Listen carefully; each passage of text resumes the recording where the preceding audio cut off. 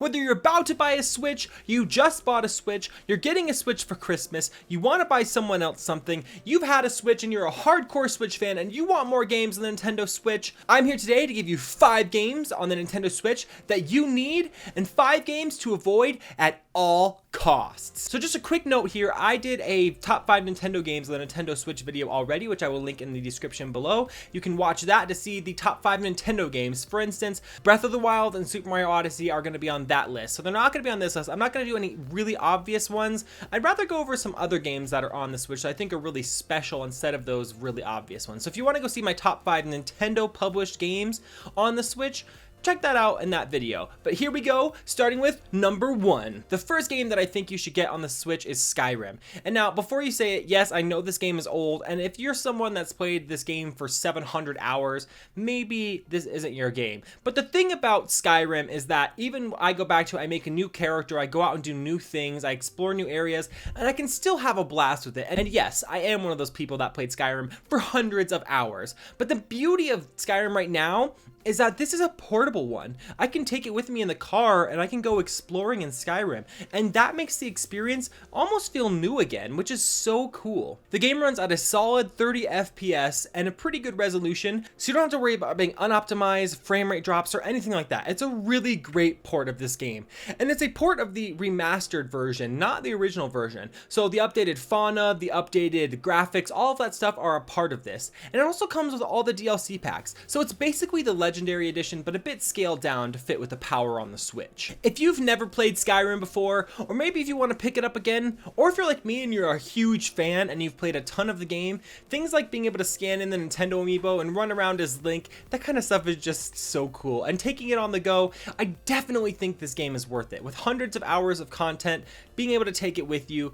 Skyrim is a fantastic game. I can't put it down, and I think you should get it as well. By the way, I'll have every game that I talk about linked below that you should buy. I'm not going to give you any of the links to the bad ones because just avoid those. But I'll have all the other games linked below for you to check out. Skyrim right now is $60 in most cases. So now let's talk about the first game that you need to avoid. And I think this is actually the worst game. Yes, the worst game on the Switch. Avoid this at all costs. I'm not being dramatic. Seriously, no matter what you do not spend a single cent on this game. And that is WWE 2K18. If you haven't heard about it by now, this game is abysmal on the Switch, dropping below 10 frames per second.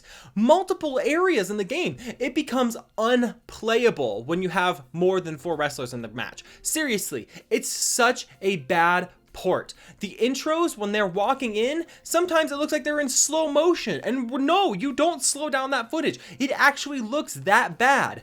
There's not much more I can say about this game besides avoid it at all costs. It is broken, it is unplayable majority of the time. Do anything you can to avoid this game. Literally, 1-2 Switch is better spent money than this game, and that is saying a lot because I tell everyone to avoid 1-2 Switch like it's the plague. This game needs to be avoided like the plague 1,000 times over. Do not get WWE 2K18. Now to get back to some good games, number 2 in the games that you need on the Switch is Doom. Like Skyrim, it's an amazing game that was ported to the Switch, again by Bethesda. And the reason that this game is so awesome, again, it has 30 frames per second and a bit lower resolution, but Doom is an incredible game, and you have the multiplayer on here as well. And while yeah, sometimes in handheld it can get a little bit far away to see when you're trying to shoot someone across a map, you know, it's a little bit far away. But the thing is, it's still an incredible experience being able to sit in my bedroom at night and play Doom on my Switch. How cool is that? Or taking it with me and being able to run around in this amazing first-person shooter.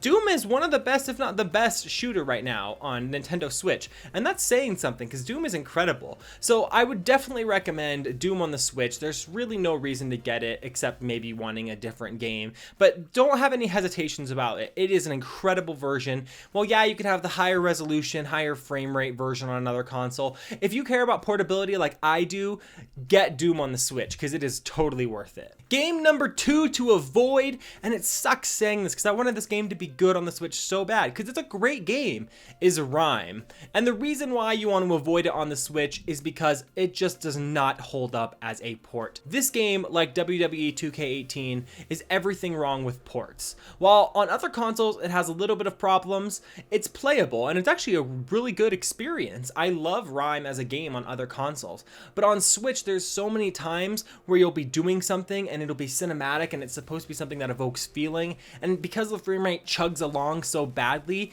you can miss entire things because it'll drop frames just so low and it'll pause for like 3 seconds sometimes, where it's like, this is just not okay. If you're gonna play Rime, play it on another console. Don't buy it on Switch right now. It might be different if maybe a couple months from now they release a patch that fixes it, but as of right now, Rime is still not worth playing on Switch, especially for the price that it's at. So I would avoid Rime until maybe it gets fixed later on, which I hate saying because Rime is such a good game and I wanted it to be good on the Switch so bad. Why couldn't it have been good? Why? All right, so number 3 on the games that you should get on the Switch is a game I've talked about in other videos as well, and that is Sonic Mania. And the reason Sonic Mania is on this list again is because as someone, my first game I ever remember playing was Sonic the Hedgehog, the original Sega Genesis version, and that game was awesome. I played all of those original Sonic games, and this is a love letter to those Sonic games. They've fixed the animations, they've made the graphics a little bit better, they fixed the control scheme so it's a little bit less clunky and plays a little bit better, and they have those same amazing graphics updated a little bit. They have new areas, but the amazing thing about it is it flows so well, and instead of going through a level, finishing it, dropping into level 2, going to level 2, finishing it, dropping in, it flows so well, and there are so many new mechanics that make the game just so much more enjoyable to play, and boss battles, and it's easy to just go from one section to the next where you can just play through that game and it feels so great, and it doesn't feel like impossible like some of the levels in the earlier Sonic games did, especially if you're not great at them. And that's one of the beautiful things about this, is that Sonic Mania is just so fun. It's a love letter to the classic Sonics, and it's excellent. Like, this game is so good.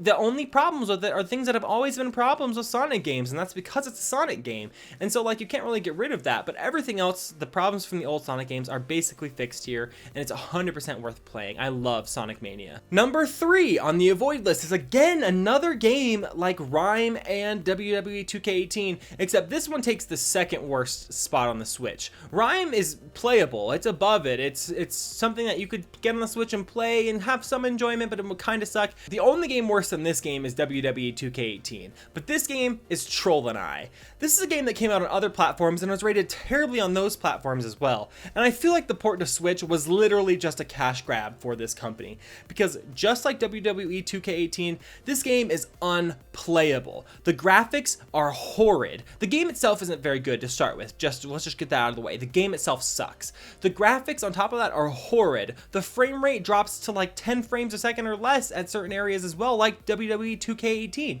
That game is only worse because it's actually unplayable, and like everything about WWE 2K18 is just a mess on Switch. It's so bad. But this game is not a good game in general, and it has all of those same problems out of a port. Again, avoid this game with everything you have. Do not get it. You might see it on there and look like, oh, it's kind of cool with a troll and a kid. Looks like it could be kind of... No. Do not buy Troll and I. If you accidentally bought Troll and I, return that thing right now. Don't play it. Return it. You don't want it. Don't do it. Don't do it. Get a refund. It's worth it. All right, so the next game on the you need to get list on the Switch is Xenoblade Chronicles 2. The reason why is because this is one of the best JRPGs that has come out in a long time, and it's one of the best RPGs on the Switch as well. You get hundreds of hours of content here, and the game is great. And obviously, as a JRPG, it has a lot of things that some people don't like. It's got the grindy sections, it's got a JRPG story, and it's a long game. But I think that's what makes it so charming. It's like the opposite of Skyrim, where Skyrim's like the Western RPG, great, amazing game. This is more of like the JRPG swan song on the Switch so far. While there's going to be more and they're going to get better, Xenoblade Chronicles 2 is your fix for this. It's got beautiful open world. I actually really like the story, really fun game mechanics, really fun gameplay. I just really enjoy the game in general. I think that especially if you want a big, deep RPG experience and you have Skyrim, you played Skyrim and you're not really wanting to play that, or if you just want something different than Skyrim, you don't want to play Skyrim at all, I think this is the other game that you should get to counterbalance it, or if you're like me, just play them both because they're both incredible RPGs, and I'm a big RPG fan, so that works out for me. So the next game to avoid at all costs is Don't Knock Twice. The unfortunate thing about this is there aren't very many horror games on the Nintendo Switch. I mean, they just released Resident Evil Revelations Collection, which is a great collection for sure, and there's games like Doom, which you can kind of push towards a horror, not really. But Don't Knock Twice was going to be another horror game on the Switch that in essence seemed kind of cool, but the problem about it is the game is not that great, and on top of that, it's totally broken. There's experiences from so many people where they had a key they needed to open to get into a door, they dropped the key fell into the world, and the game was broken, and it was just over at that point. It just fell right through the floor, and it was done. And no, that's not part of the game mechanics, it's just broken. And there are multiple game-breaking bugs like that in this game. When you try to pick up stuff and they glitch, and the stuff just moves around, and you can't get it, and it's just like, it's not worth it. It's not worth your money. There are other games for that price, even lower price, that are way better experiences and totally worth your time. So just avoid this game. It's a buggy, broken mess and just not worth it. I know that it's hard. You want some horror games on the Switch, but this isn't worth it. The horrifying aspect of this game is its brokenness, not the actual game itself. And here we are at the last two. What game is number 5 on the you should get list? Mario plus Rabbids Kingdom Battle. And the reason for this is this game is really underrated. It came out and people were like, oh, it's a strategy game, it's got rabbits in it, it's not going to be that great. This game is so much better than it has any right to be. This game is addicting, its strategy gameplay is incredible, the story is actually really fun and really interesting, the characters are all super quirky, there's so much charm to it. I mean, it won Best Strategy Game, and it beat out games like XCOM at the Game Awards, which really says something because it basically stole XCOM's gameplay, which I think is worth it because this game is incredible. So many people skipped out on this game because it wasn't a mainline Mario game or it's a strategy thing. You deserve to play this game. Do yourself a favor and play it because it is awesome and it's totally worth it.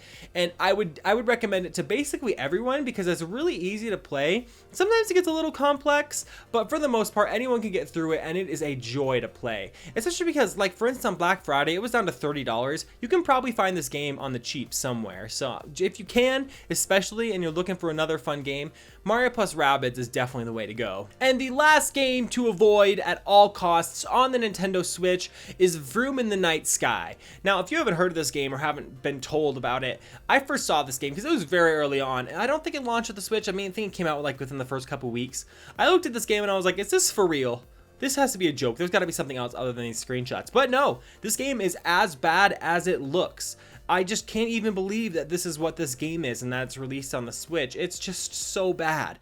Just avoid it. Just look at it and then just turn away and don't go back. It's not worth it. And if you take anything from this video, more importantly than getting those other games is avoiding the terrible ones at all costs. They're so bad. Do not support these developers doing things like this because it's not okay, especially ports like WWE 2K18. They need to know that this is unacceptable on the Switch. Like I said, guys, remember that all of the games that are good are linked in the description below, and let me know your feedback in the comments below on what games you think people should get, what they should avoid, and what I should put in my future videos, because there will definitely be more videos like this coming up in the future, because there are just so many games in the eShop, including bad ones that I want to cover. I just had to get the egregious ones out of the way, because some of these were just so bad. I needed to let people know not to get these at any cost. And if you're new here and enjoyed the video, make sure to smash that subscribe button to join the community and see a bunch more videos like this. Thank you guys so much for watching. Don't forget to give that like button some love, and let's continue to create the greatest gaming community in the world. I will see you guys in the next video.